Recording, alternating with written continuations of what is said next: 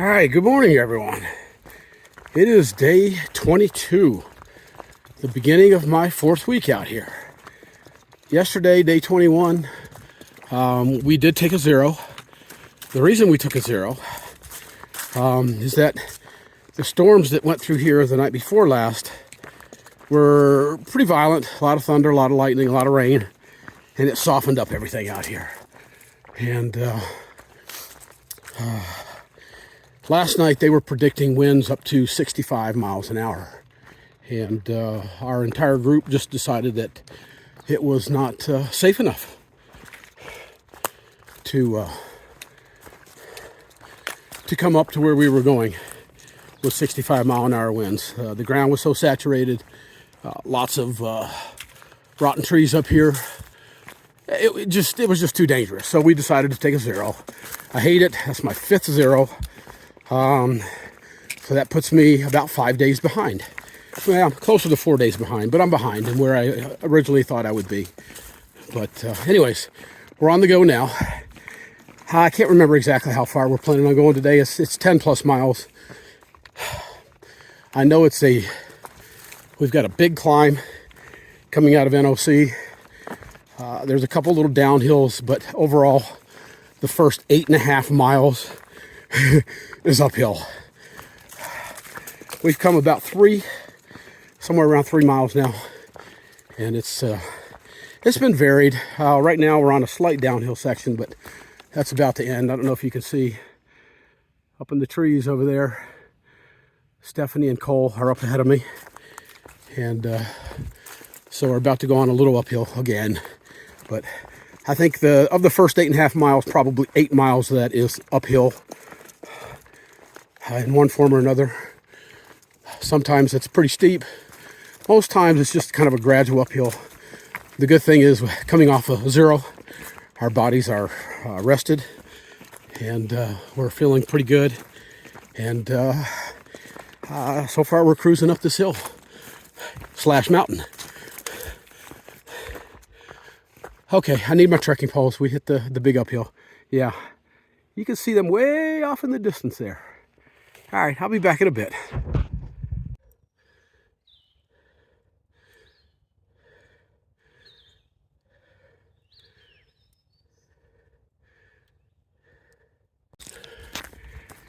All right, we're probably about 4.5 miles into the day. And man, I just hit what is going to be a green tunnel, but right now it is so packed in that it is dark in here, almost like night dark. It is so cool. This is awesome, and it is cool. It's the sun's shining outside of this, and it's starting to get warm. I'm completely drenched in sweat, and this is the first time I've seen a section like this that was completely enclosed. It's very cool.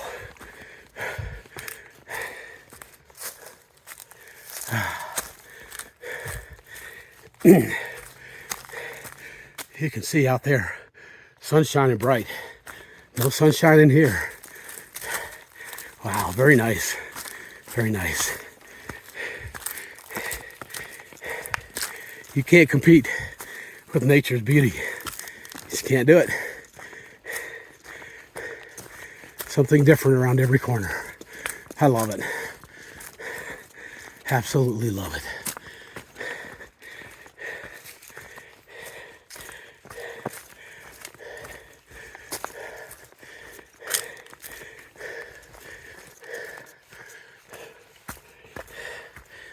I gotta keep my eyes behind me for Stephanie and Cole. Cole, man, that young man just glides across this terrain. He doesn't even use trekking poles. It's effortless. I'm telling you, when he's in front of me and I watch him, he's just gliding. It's fun to watch. Stephanie's not much different. Two awesome people to be hiking with. I'm fortunate.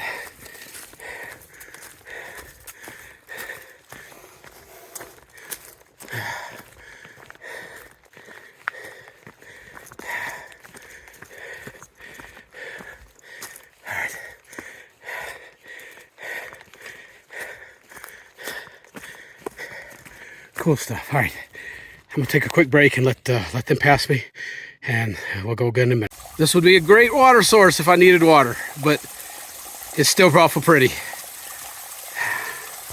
All right, so we are about 5 miles in, get to this little lookout section, and yeah, look out there. Oh my.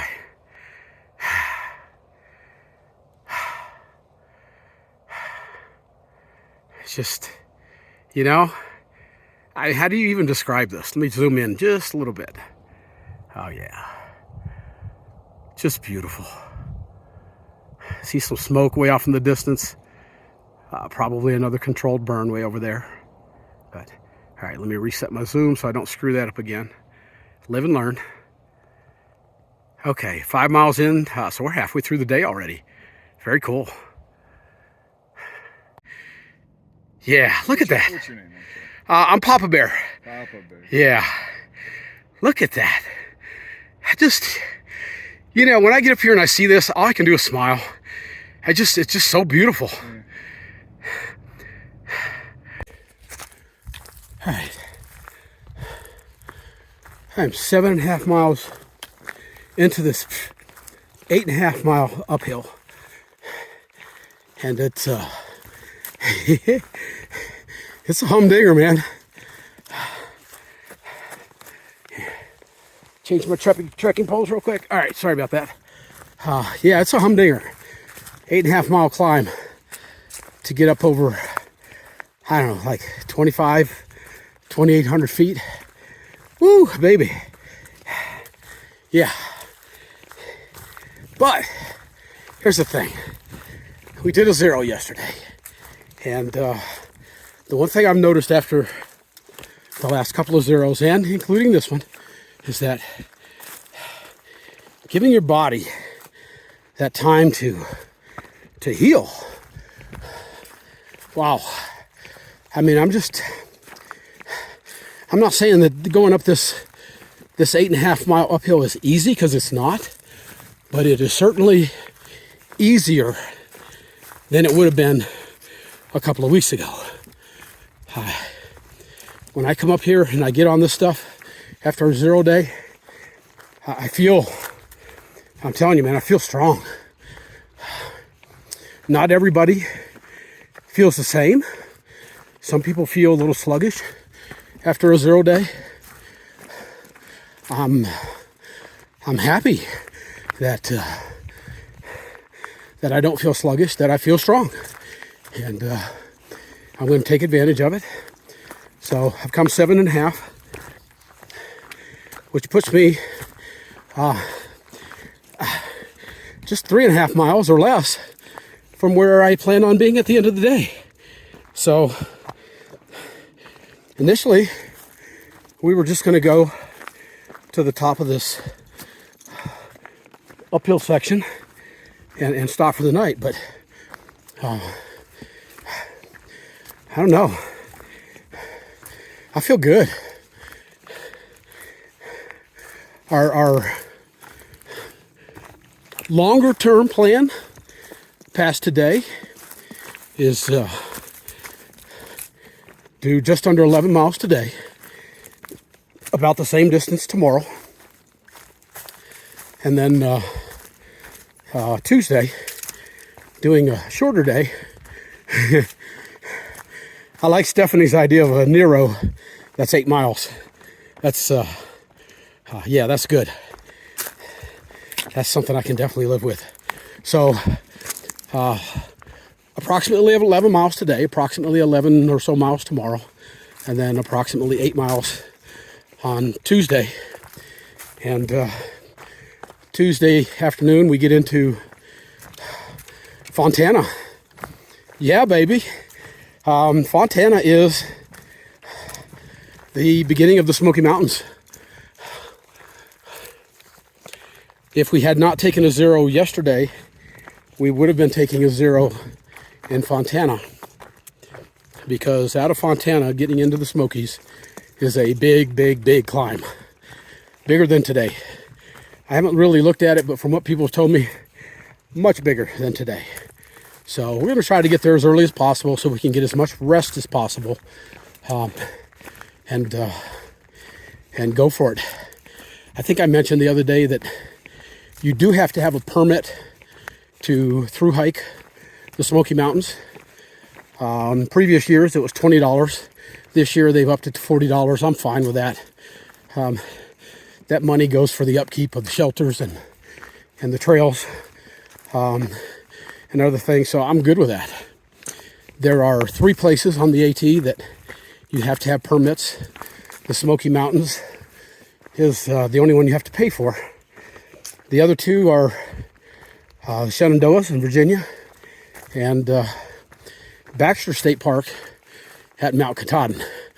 Boy, that's a long ways away, but just five and a half months. Just, yeah. All right, so, but both of those places, you can get your permits at the beginning of each one of those sections, and it costs nothing. The other thing that's a little weird, well, maybe not weird, but different about the Smokies is that on the weekends, I guess more so on the weekends than on weekdays, if they have day hikers or section hikers or, you know, people that are just doing the Smokies or a part of the Smokies, those people will have priority in the shelters. So, for example, let's say the shelter holds 6 people. There's 6 people in the shelter, 6 through hikers in the shelter. Somebody shows up who's a section hiker who has paid for and made reservations at that shelter. They can boot you out. So, doesn't bother me. I plan on tenting. I've done my 2 shelters, and honestly, don't care to spend another night in a shelter unless it's really severe weather. I'll stay out of the shelters. Me and Mike don't get along.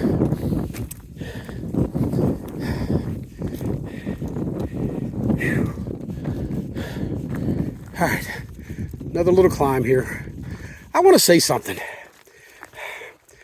I got a couple of disparaging comments on my last video. It bothered me. It mainly bothered me because they were stupid comments. I'm not going to pull punches. The comment I made about these habitual snorers. Listen, we know who snores. When I came out here, I expected myself to have a problem with snoring. I've been fortunate. I have not. I think I owe that to stopping smoking / vaping before I started. And I'm aware that if I sleep on my back, I'm going to snore. So I try real hard not to do that. I've only had one person indicate that I snored at all. And she said it was very minor. Did not bother her in the least. But I'm going to tell you something. If I was out here and somebody mentioned to me that I lost sleep because you were snoring, talking about me, I'm not going to camp near people anymore. I'm not going to do it. That's me. That's my respect for my fellow human beings. And for somebody to say that people snoring and keeping me awake for 10 hours while they're getting 10 hours of sleep, that's just blaming the victim. And that's just dumb. So listen, you don't like what I say, don't watch my videos. I'm cool with that. I have no problem with that.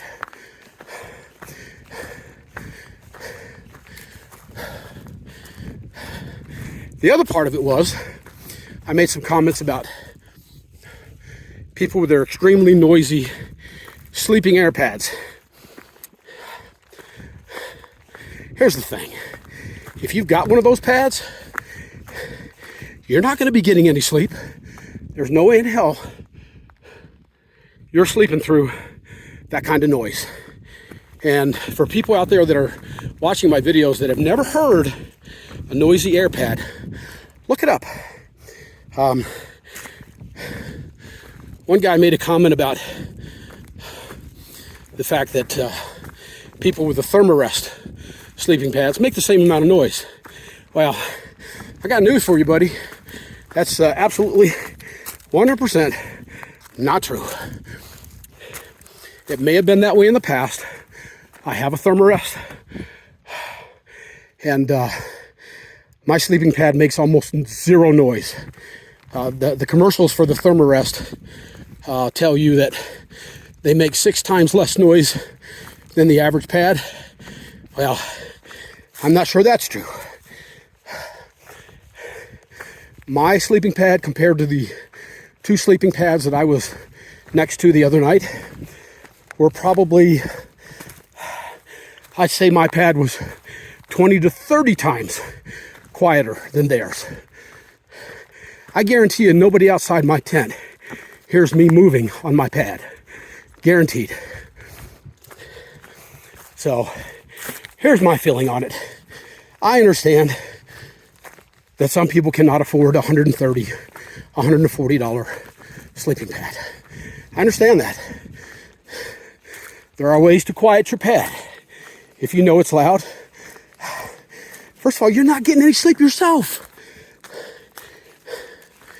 And you're disturbing every single person within a 50-foot radius of you.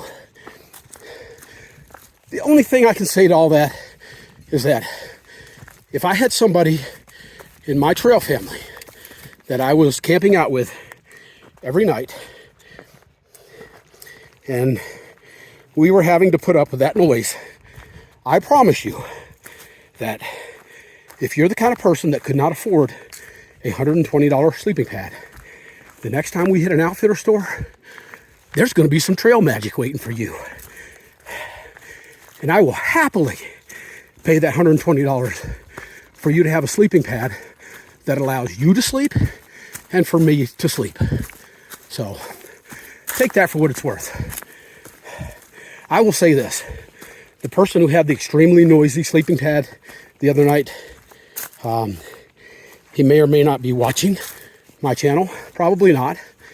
We're 2 different kind of people. But I slept in the same cabin with him for the last 2 nights. And he is very much in a position where he can afford to buy a sleeping pad that doesn't wake up every single person within a 50-foot radius of him every time he rolls over. So, again, take that for what it's worth. Listen, I'm 63 years old. I have no filter. Don't want a filter. I'm going to say what I think. I've been around long enough. I've been in enough situations throughout my life that I've accrued a lot of wisdom over the years. I'm not the smartest guy in the world. Be the first to admit. But hey, listen, bottom line is, you don't like my opinion, don't watch my channel. Nobody's forcing you. Go away. I'll tell you right now, if you put disparaging comments about me on my YouTube channel, I don't think I can block you, but I can delete your damn post. I'm just not going to tolerate it. I've spent too many years, over the last 10 years or so, listening to people like you who blame victims for the problems. Yeah, not into that. So go find somebody else to watch. Peace out. So I've reached my camping site for the evening and had to walk, I don't know, 100, 150 yards down to the water source. And it's way down, but somebody was kind enough to set this up right for us. Put a little piece of hose there, comes right out, fills up your water or your Ceanoc. Good, clean, fresh mountain water. What a great day. We did almost 11, or I did almost 11 miles, I guess around 2 o'clock. So it's what, 6 hours? Yeah, that's about 2 miles an hour. Going up that hill, I'll take that all day long. All right, yeah, we'll talk to you in a bit.